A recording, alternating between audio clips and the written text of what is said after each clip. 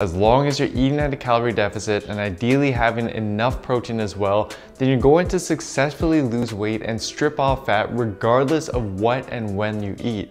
Now, while scientifically speaking, this is true and it is the basic law of thermodynamics, what this simplistic model fails to account for is how the various foods you put into your body actually then go about affecting these two variables. Because research has shown that while yes, at the end of the day, calories are what matter most, if you want to truly lose fat as efficiently and as quickly as possible, then you need to go beyond just calories and instead pay close attention to the types of foods that make up the calories you're ingesting every day and also how you go about ingesting them, as that's what makes all the difference. And in this video, I'll go through 3 swaps that you'll want to make in your diet that accounts for those variables and can enable you to lose fat faster, and then I'll provide you with a sample meal plan that puts all of this together for you.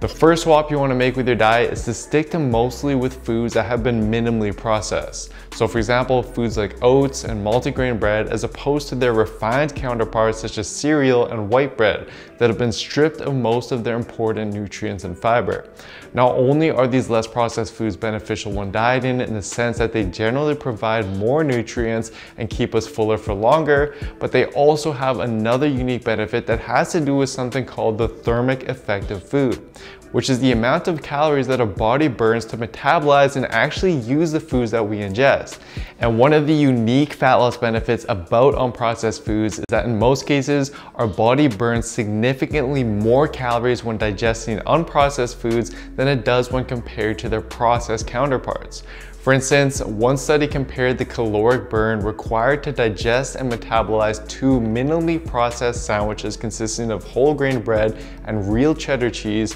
versus 2 highly processed sandwiches that instead consisted of white bread and processed cheese. Although both meals consisted of virtually the same amount of total calories and protein, the more processed sandwich had a 50% lower thermic effect, and as a result, the body burned significantly less calories digesting it than it did with the whole grain sandwiches.